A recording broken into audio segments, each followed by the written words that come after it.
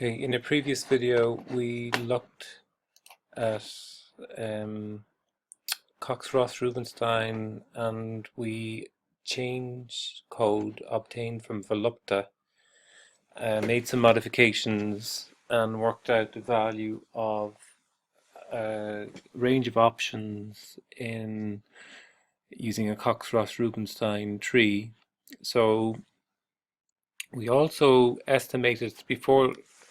In implementing that, we estimated Leisen Reimer, and we did that in Visual Studio C++. So now we're going to implement Leisen Reimer binomial tree and implement using Xcode, so C++ Xcode. Okay, so to get this going, we need to first of all obtain the code from Volupta. So Volupta. We go to C++, we highlight, so just go back, so we highlight Leisen Reimer binomial tree. Okay, we copy the code, so the code is just very neatly presented in terms of text. And we take all the code and just copy. And then we go into our Xcode.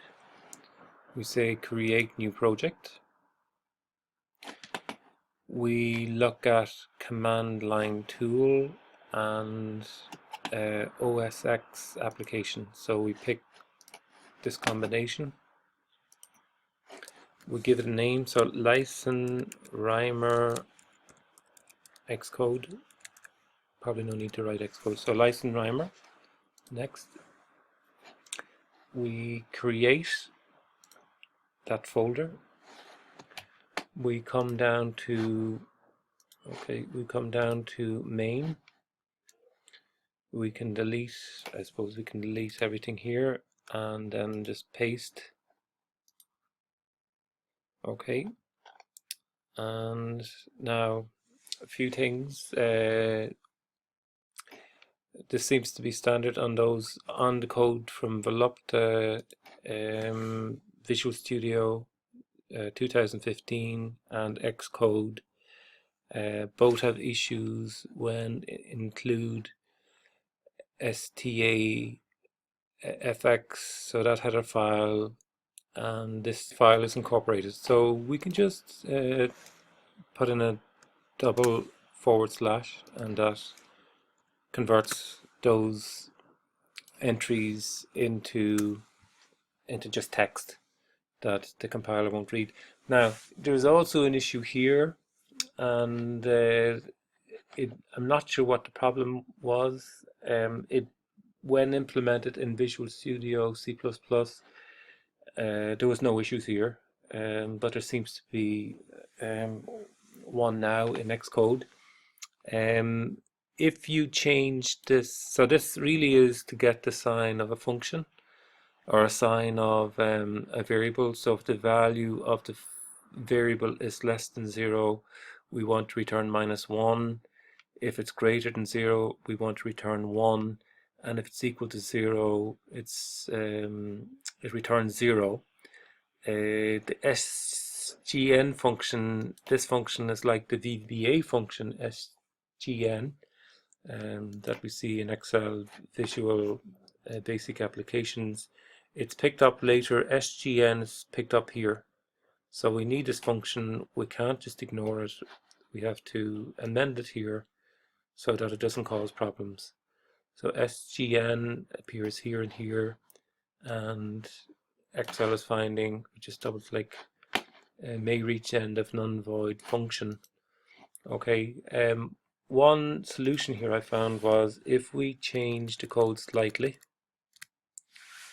right, and just went else return 0, because there's only 3 scenarios: x is less than, x is greater than 0, and if it's not neither of those two, it must be equal to 0. So saying else return 0 doesn't have any negative effect. When we come down here, two small issues seem to arise. If we look at this, it's an unused variable, and so it's just, it doesn't appear, UN doesn't appear subsequently in the code.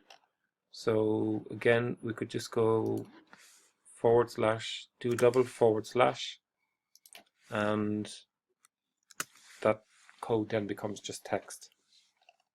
And otherwise, I think there's no major problems. So let's just run that. Check the time steps 100. Okay, let's run. Build succeeded. And we obtain values for the option. Okay, now I'm going to put in parameter values that I know from Black-Scholes.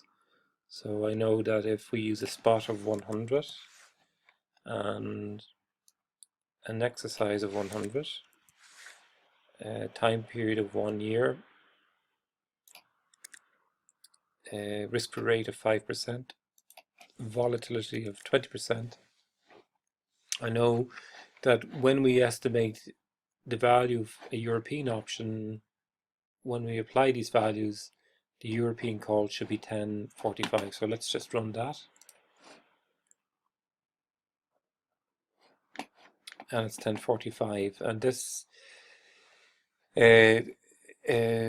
normally with the Cox-Ross-Rubenstein tree, so the Cox-Ross-Rubenstein tree that we would have looked at previously, when implementing a binomial tree, convergence would only take place after 1000 steps, and even then probably would need to raise the number of steps to 10,000 to get convergence to 1045. Otherwise it would be 1043 or 1044.